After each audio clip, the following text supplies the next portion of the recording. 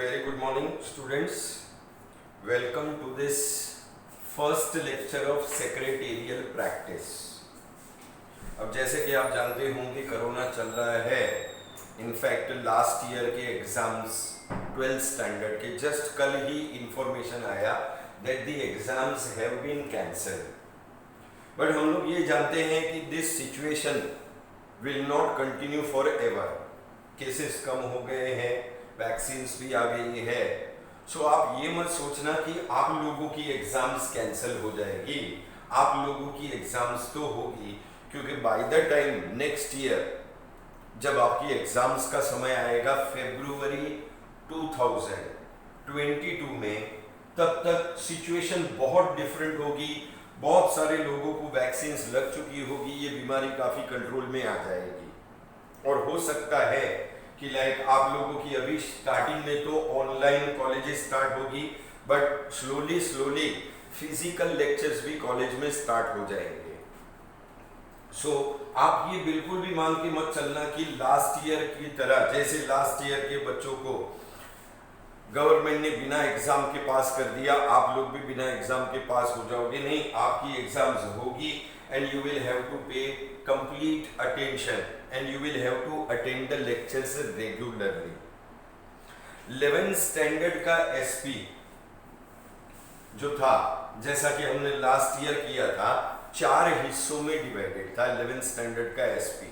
अब ये 11th standard के एसपी में 4 हिस्से में सबसे पहले सेक्रेटरी के बारे में सिखाया गया, यानी कि सेक्रेटरी का मीनिंग, सेक्रेटरी का ओरिजिन, सेक्रेटरी के फंक्शंस एंड ड्यूटीज, सेक्रेटरी का डेफिनेशन, ये सारी चीजें फर्स्ट पार्ट में थी. सेकेंड पार्ट था अबाउट जॉइंट स्टॉक कंपनी, जिसमें एक जॉइंट स्टॉक कंपनी क्या होती है, उसके फीचर्स, उसके एडवांटेजेस, डिसएडवांटेजेस क्या होते हैं, जॉइंट स्टॉक कंपनी को कैसे स्टार्ट किया जाता है या शुरू किया जाता है, जॉइंट स्टॉक कंपनी के अलग अलग टाइप्स कौन कौन से हैं, डॉक्यूमेंट्स कौन कौन से बनाने पड़ते हैं जॉइंट स्टॉक कंपनी में, जैसे कि memorandum of association, articles of association, prospectus, ये सारी चीजें सेकेंड पार्ट में कवर थी.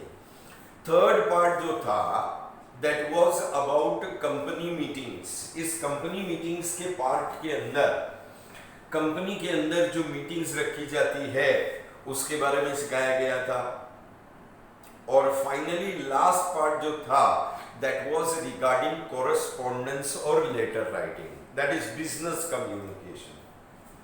अब 11th स्टैंडर्ड का सिलेबस काफी इजी था.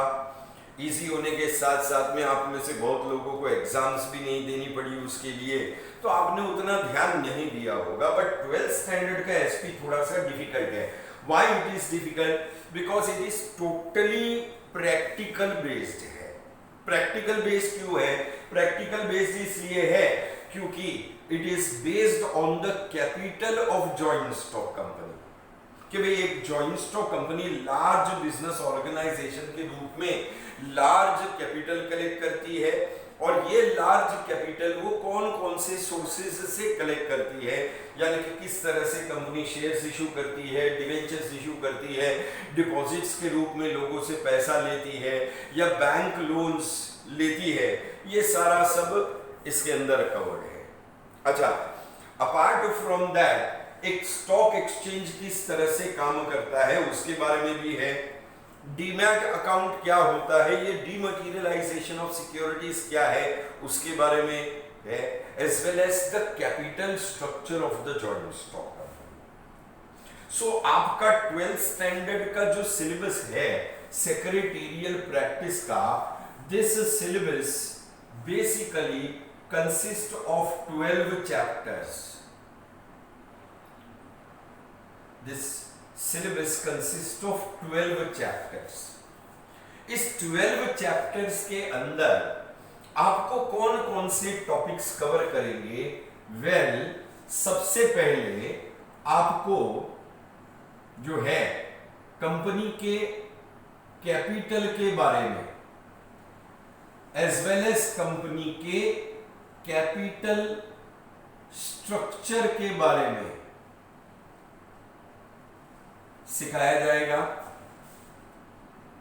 कि भाई what is the capital of the company, और इसके अलावा कंपनी का कैपिटल स्ट्रक्चर क्या होता है, किस तरह से कंपनी शेयर्स, डिबेंचर्स वगैरह इशू करके कंपनी कैपिटल कलेक्ट करती है। Basically this topic deals with corporate finance.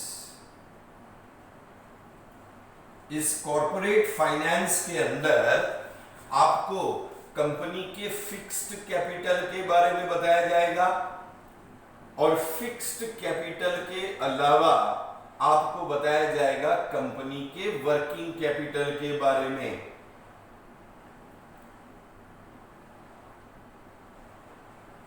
और कौन कौन से वो फैक्टर्स हैं जो इस फिक्स्ड कैपिटल और वर्किंग कैपिटल को अफेक्ट करते हैं।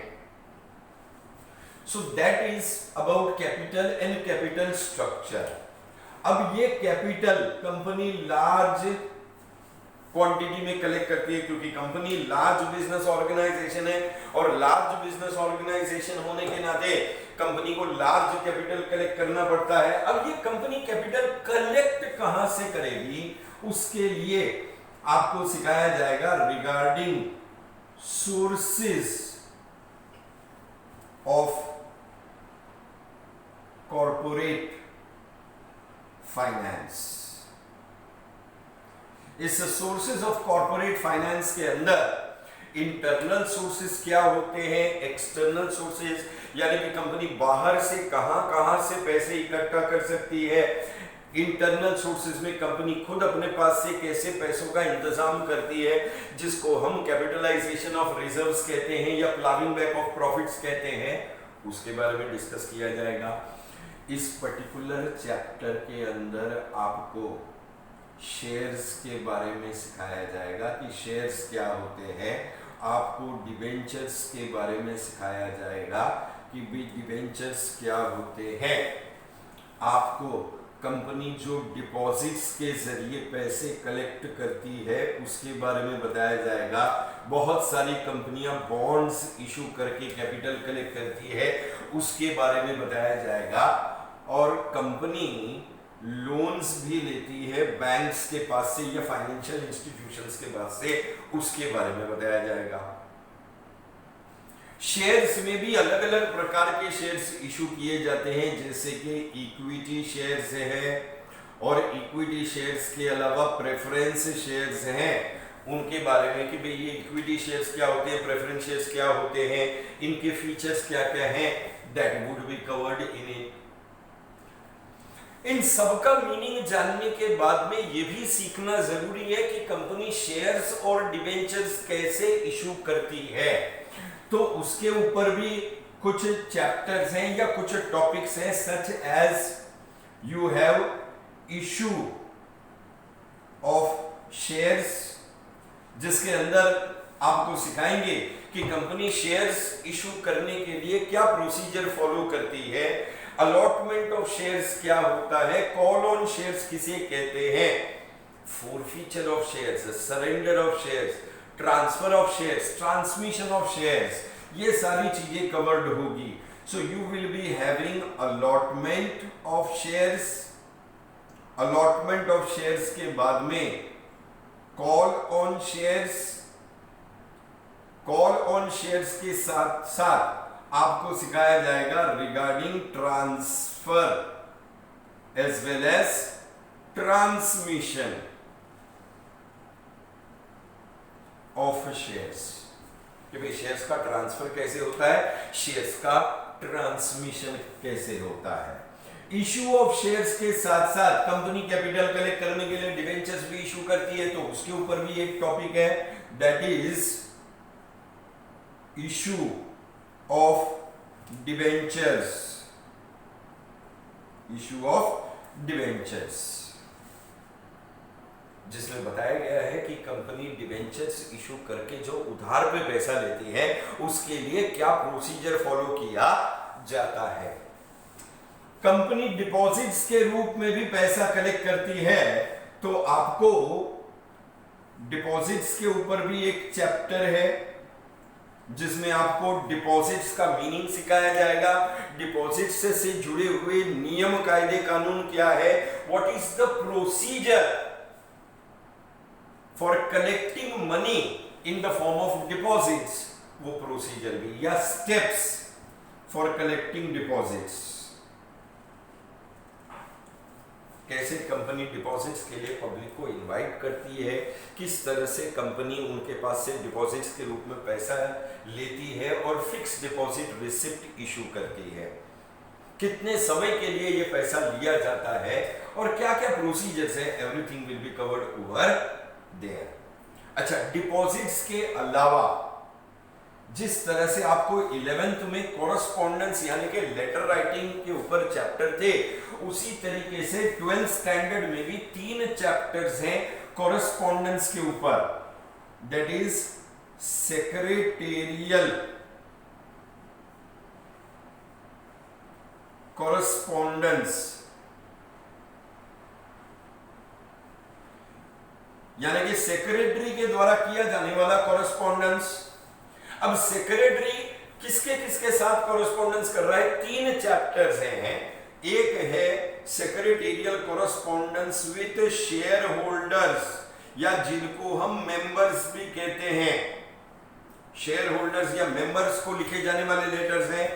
इसके अलावा डिबेंचर होल्डर्स को लिखे जाने वाले लेटर हैं,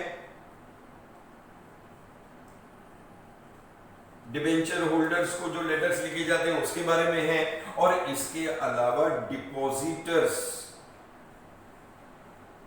डिपॉजिटर्स कौन है सर, डिपॉजिटर्स वो हैं जिनके पास से कंपनी ने डिपॉजिट के रूप में पैसा लिया है, तो उनको भी कंपनी लेटर्स लिखती है, that is secretarial correspondence with depositors. तो ये 3 चैप्टर हैं, एक चैप्टर में कॉरेस्पॉन्डेंस विद मेंबर्स है, दूसरे में कॉरेस्पॉन्डेंस विद डिबेंचर होल्डर है और तीसरे में कॉरेस्पॉन्डेंस विद डिपॉजिटर्स है। इसके अलावा अगर हम आजकल की बात करें तो आजकल शेयर्स की buying and selling physical form में नहीं होती है, इलेक्ट्रॉनिक मोड में शेयर्स खरीदे और बेचे जाते हैं, जिसके लिए आपके पास एक डीमैट अकाउंट होना चाहिए और उस डीमैट अकाउंट के अंदर आप शेयर्स खरीद और बेचने का काम कर सकते हैं। तो उस डीमैट अकाउंट के लिए, ये डीमैट अकाउंट क्या होता है और ये डीमैट अकाउंट किस तरह से ऑपरेट किया जाता है, उसके ऊपर एक चैप्टर है जिसका नाम है डिपॉजिटरी सिस्टम। इस डिपॉजिटरी सिस्टम को भारत सरकार ने 1996 में इंट्रोड्यूस किया था।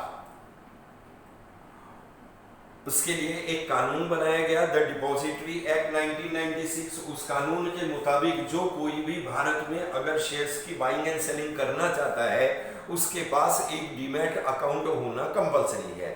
डीमैट अकाउंट खुलवाने के लिए आपको डिपॉजिटरी के पास जाना होगा, कुछ डॉक्यूमेंट्स सबमिट करके आप अपना डीमैट अकाउंट खुलवा सकते हैं और फिर उस अकाउंट के जरिए आप शेयर्स की बाइंग एंड सेलिंग कर सकते हैं।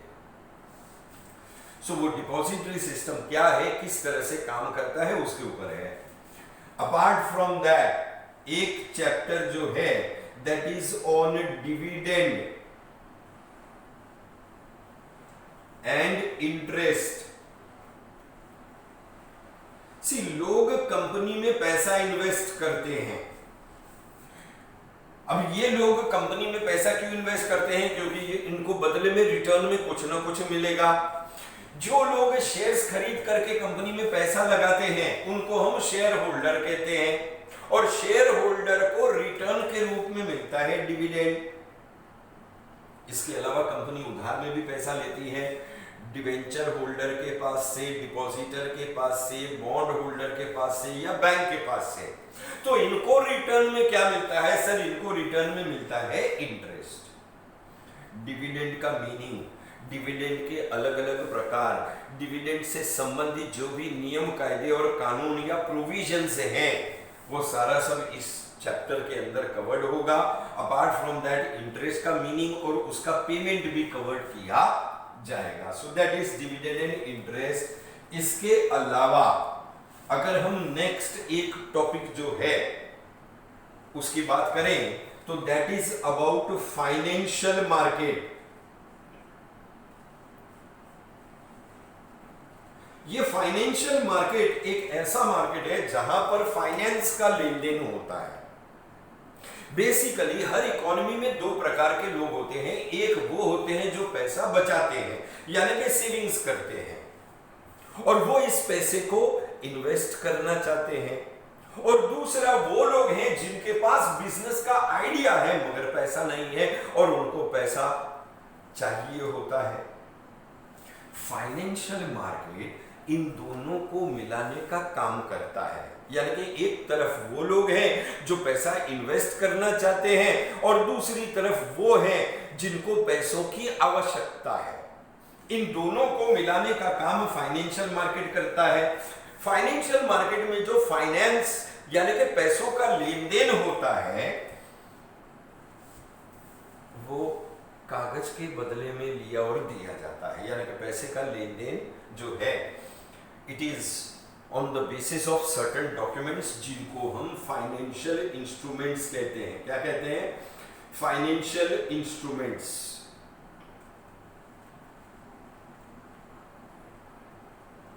ये फाइनेंशियल इंस्ट्रूमेंट्स कौन कौन से हैं उसके बारे में बताएंगे।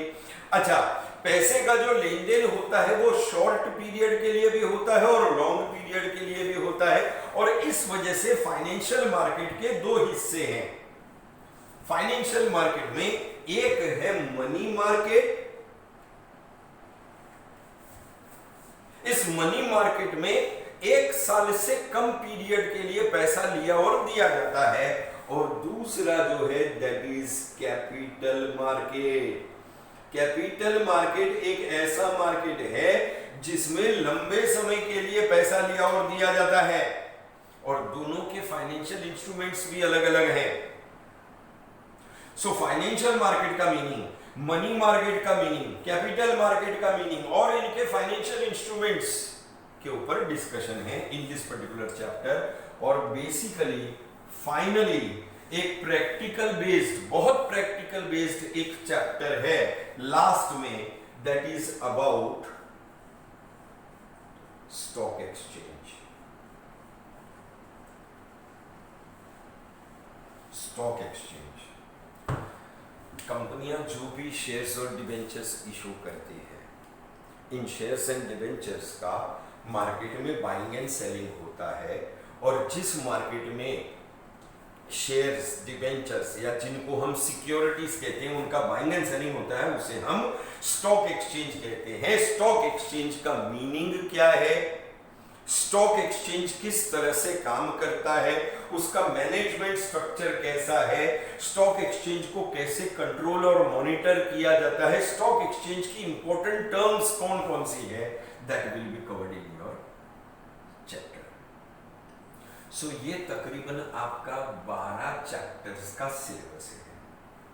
अब last year I will tell you, last year because of the problem of corona, colleges could not start, online के लेक्चर्स हो रहे थे, ऑनलाइन के लेक्चर्स में उतना पोर्शन कवर नहीं हो पा रहा था, कॉलेजेस कब खुलेगी उसका कोई ठिकाना नहीं था, कॉलेजेस की जो एग्ज़ाम्स होती है जैसे कि टेस्ट है या टर्मिनल एग्ज़ाम्स है वो भी नहीं हो पा रही थी। तो सरकार ने कुछ लास्ट ईयर इस सिलेबस में हर चैप्टर में से थोड़े थोड़े टॉपिक्स ओमिट कर दिए थे, यानी कि आउट ऑफ, अगर हम इस टोटल को 100% सिलेबस माने तो इस 100% सिलेबस में से गवर्नमेंट ने 35% सिलेबस ओमिट कर दिया था और 65% पोर्शन रखा था। अब वो क्यों ओमिट किया था? क्योंकि कॉलेज स्टार्ट नहीं हो पाई थी, सिर्फ ऑनलाइन में ही लेक्चर हो पा रहे थे। Because of those reasons 35% of the topics were omitted. But हम ऐसा मान के चल रहे हैं कि इस बार जो भी होगा अच्छा ही होगा। पिछले साल के कंपैरिजन में सिचुएशन बेहतर है, भले ही अभी लॉकडाउन चल रहा है but situation is improving. And the main thing is कि वैक्सीनेशन जितना बढ़ते जाएगा हालात उतने सुधरते जाएंगे। सो फिलहाल उस ओमिटेड पोर्शन को हम साइड में रखते हैं, उसके बारे में हम चर्चा नहीं करते हैं। And we will start with our syllabus. अगर ओमिटेड होगा तो गवर्नमेंट अनाउंस करेगी तो फिर मैं आपको बता दूंगा कि क्या ओमिटेड है, बट फिलहाल मैं आपको पूरे के हिसाब से सिलेबस से स्टार्ट कर रहा हूं, that we will be discussing the entire syllabus, इस उम्मीद में कि हालात बेहतर होते जाएंगे, और क्योंकि हालात बेहतर होते जाएंगे हमारी एग्जाम्स प्रॉपर वे में होगी, फिजिकल एग्जाम्स होगी जिसमें पूरा सिलेबस आएगा। इस उम्मीद में हम स्टार्ट करते हैं। बट मैं आपको बता दूं कि जो मैं स्टार्ट कर रहा हूं, I am not starting with chapter number 1 corporate finance, introduction to corporate finance से स्टार्ट नहीं कर रहा हूं, I am starting with the second chapter first. Second chapter क्यों पहले स्टार्ट कर रहा हूं? क्योंकि सेकेंड चैप्टर में आपको कैपिटल का मीनिंग है। इस सेकेंड चैप्टर के अंदर आपको ये सारे बेसिक्स सिखाए जाएंगे, जिसकी वजह से फर्स्ट चैप्टर एकदम इजीली कवर्ड हो जाएगा। सो मैं सेकेंड चैप्टर पहले शुरू करूंगा और सेकेंड खत्म करने के बाद फर्स्ट चैप्टर पे जाऊंगा। आप इस बात को ध्यान में रखना कि सेकेंड चैप्टर बेहद इंपॉर्टेंट है, बेसिक और फंडामेंटल नॉलेज दिया हुआ है, और आपको यह चैप्टर बहुत अच्छी तरीके से करना है क्योंकि इसका वेटेज भी बहुत ज्यादा है। वेटेज भी थोड़ा लेंदी है चैप्टर, इसको समय लगेगा, बट इस चैप्टर का वेटेज ज्यादा है और पूरा बेस या फाउंडेशन, एक बार आपको ये चैप्टर अच्छे से आ गया तो आपको बाकी के चैप्टर्स में प्रॉब्लम नहीं आएगा। So I will start with the first chapter. इसको मैं इरेज कर देता हूं और फर्स्ट चैप्टर से हम शुरू करते हैं।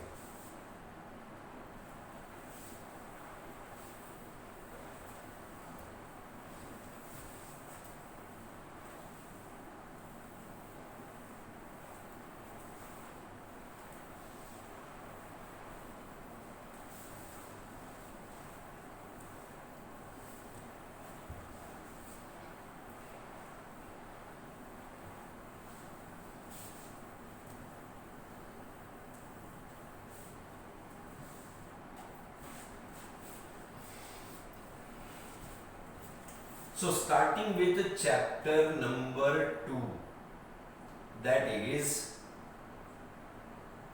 sources of corporate finance. Sources of corporate finance, जिसमें सबसे पहले फर्स्ट टॉकिंग अबाउट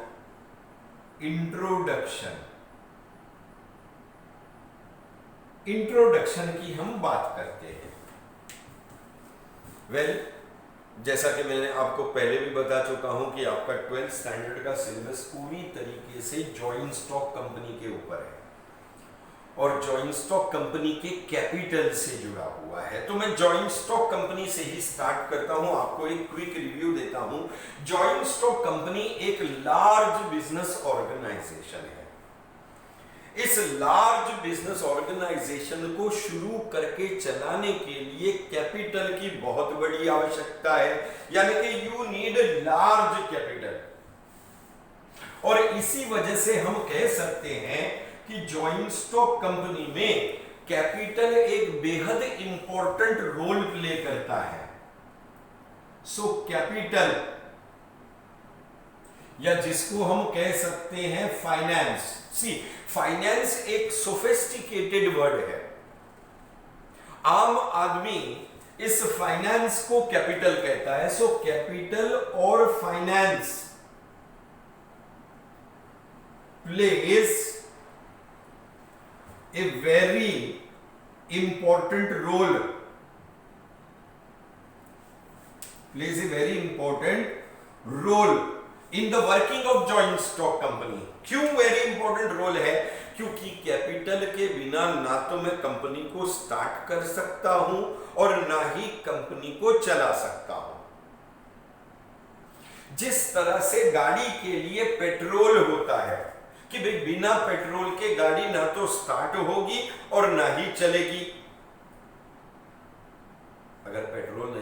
गाड़ी स्टार्ट भी होगी क्या, चलना तो दूर की बात, क्या स्टार्ट भी होगी क्या, नहीं होगी। उसी तरीके से कैपिटल के बिना हम कंपनी को चलाना तो दूर की बात, स्टार्ट भी नहीं कर सकते, क्योंकि स्टार्ट करने के लिए भी आप जानते होंगे कि कंपनी का रजिस्ट्रेशन करवाना कंपलसरी है। रजिस्ट्रेशन करवाने के लिए डॉक्यूमेंटेशन का प्रोसेस करना होता है, रजिस्ट्रार के पास जा करके रजिस्ट्रेशन फीस देनी पड़ती है, जो कैपिटल आप पब्लिक के पास से कलेक्ट करोगे उसका स्टैंप ड्यूटी देना पड़ता है, डॉक्यूमेंट्स आप जिस वकील से बनवाओगे उस वकील को भी पैसा देना पड़ेगा। यानी पैसे के बिना कंपनी को शुरू करना भी संभव नहीं है, चलाना तो बहुत दूर की बात है।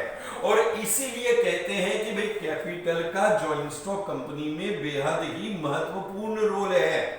अब सवाल ये उठता है कि सर कैपिटल कितना महत्वपूर्ण है।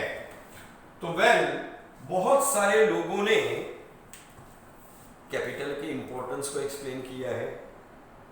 कुछ लोगों ने यह कहा है कि जिस तरह से इंसान के शरीर में खून महत्वपूर्ण है, उसी तरीके से कंपनी में कैपिटल महत्वपूर्ण है। खून के बिना इंसान मर जाएगा और कैपिटल के बिना कंपनी मर जाएगी।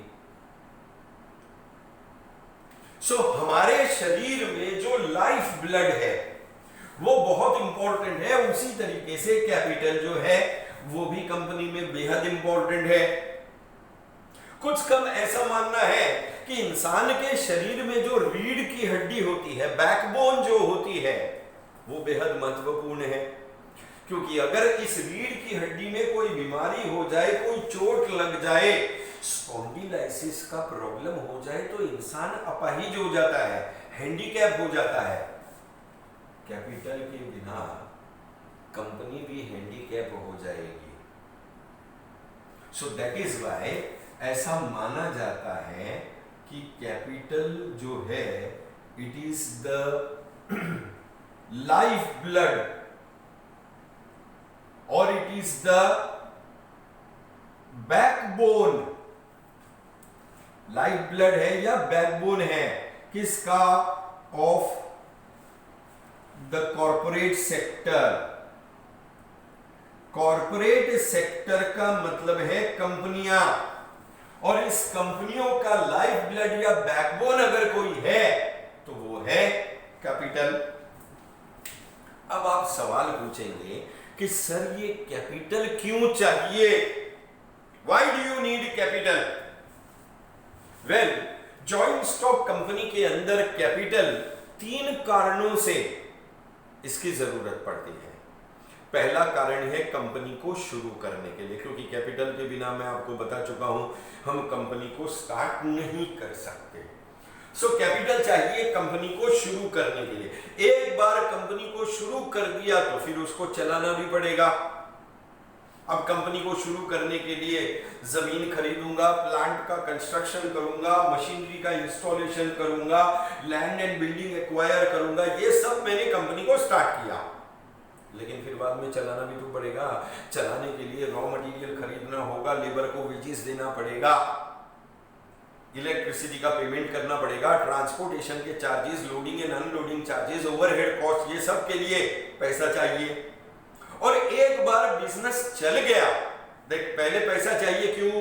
कंपनी को स्टार्ट करने के लिए, फिर पैसा चाहिए कंपनी को चलाने के लिए, और एक बार कंपनी चल गई तो फिर उसके बिजनेस को बढ़ाना भी तो है, यानी कि एक्सपांशन करना। इन 3 कारणों से कैपिटल की आवश्यकता होती है। कैपिटल जॉइंट स्टॉक कंपनी में क्यों चाहिए? See capital in joint stock company is required. Joint stock company में कैपिटल क्यों रिक्वायर्ड है? 3 कारणों से। सर पहला कारण है फॉर्मेशन, यानी कि कंपनी को स्टार्ट करने के लिए। दूसरा कारण है रूटीन ऑपरेशंस। रूटीन ऑपरेशंस का मतलब है रोजमर्रा के कामकाज को चलाने के लिए। और तीसरा कारण जो है दैट इज एक्सपांशन। बिजनेस के एक्सपांशन के लिए भी कैपिटल चाहिए होगा, क्योंकि बिजनेस का एक्सपांशन करने के लिए नया जमीन खरीदना होगा, नया प्लांट का कंस्ट्रक्शन करना होगा. So capital in a joint stock company is required for formation, routine operation and expansion of business. और इसलिए कहते हैं कि कैपिटल बेहद महत्वपूर्ण है जॉइंट स्टॉक कंपनी के. सो ये तो हो गया इंट्रोडक्शन ऑफ कैपिटल. अब हम आते हैं टू द सेकेंड पॉइंट कि भाई what is the meaning of capital. Capital का मीनिंग क्या है? वेल 11th स्टैंडर्ड के बुक कीपिंग में आप लोगों ने जर्नल में एक एंट्री पास करी होगी जो आपको अच्छे से याद भी होगी कि भाई स्टार्टेड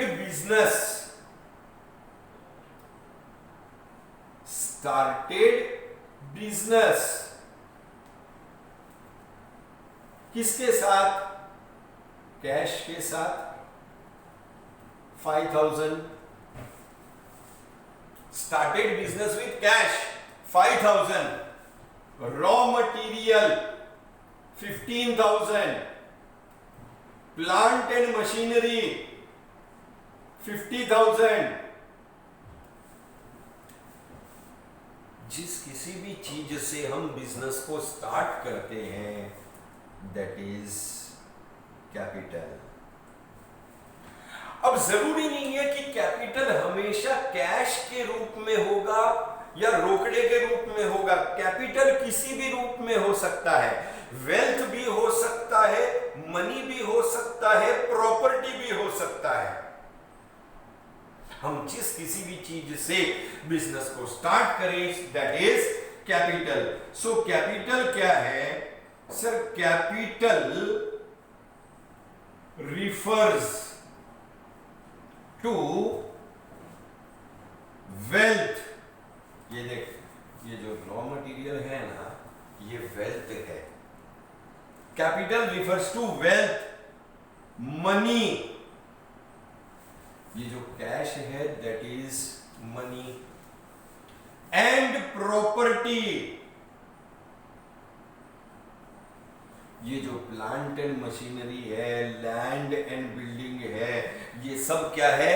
प्रॉपर्टी है. So capital refers to wealth, money and property that is invested in business. ये वो है जिसे हम बिजनेस में इन्वेस्ट करते हैं. सर क्यों इन्वेस्ट करते हैं? खुजली हो रहा है इसलिए? नहीं सर, खुजली हो रहा है इसलिए नहीं इन्वेस्ट करते हैं. हम लोग इसलिए इन्वेस्ट करते हैं क्योंकि इससे हमको रिटर्न मिलेगा, इससे हम और वेल्थ क्रिएट कर पाएंगे, इससे हमको प्रॉफिट मिलेगा. So capital refers to wealth, money and property that is invested in business to earn. Earn का मतलब है कमाना. To earn more wealth. और वेल्थ को कमाने के लिए, और धन संपत्ति को कमाने के लिए, या जिसको हम कह सकते हैं प्रॉफिट. प्रॉफिट कमाने के लिए हम इसको बिजनेस में इन्वेस्ट करते हैं. सो कैपिटल क्या है? Capital refers to wealth, money and property that is invested in business. That is invested in business to earn more wealth. और वेल्थ कमाने के लिए. अब जाहिर बात है बिजनेस शुरू करके अगर चलाना है तो पैसे इकट्ठा भी करना पड़ेगा, यानी कि मुझे कैपिटल अरेंज भी करना पड़ेगा. भाई मान लो मैं कोई एक XYZ बिजनेस शुरू करके चलाना चाहता हूं, बराबर है. उसके लिए मुझे चाहिए 25 लाख रुपए. तो क्या ये 25 लाख रुपए पेड़ पे उगते हैं कि मैंने तोड़ करके ले आऊंगा? नहीं ना, मुझे ये 25 लाख जमा करना पड़ेगा और अलग अलग जगहों से मुझे इसको जमा करना पड़ेगा. ये जो 25 लाख रुपए मैं अलग अलग जगह से जमा करता हूं उसे हम कहते हैं कैपिटल फॉर्मेशन. क्या कहते हैं? Capital formation. So capital formation क्या है सर? कैपिटल फॉर्मेशन का मतलब है कलेक्शन ऑफ कैपिटल। ये जो 25 लाख रुपए में कलेक्ट करूंगा ना, that collection of capital is capital formation. और ये कैपिटल मैं कहां से कलेक्ट करूंगा? From different sources. ये कलेक्ट करूंगा कहां से? From different sources. सो अलग अलग सोर्सेस से जब मैं कैपिटल को कलेक्ट करता हूं तो उसे हम कहते हैं capital formation. So that is introduction as well as meaning of capital. इस लेक्चर को हम यहीं पर स्टॉप करते हैं। इसके आगे का मैं आपको भिजवाऊंगा इन द नेक्स्ट लेक्चर। तब तक के लिए अपना ख्याल रखें। Stay home, stay safe.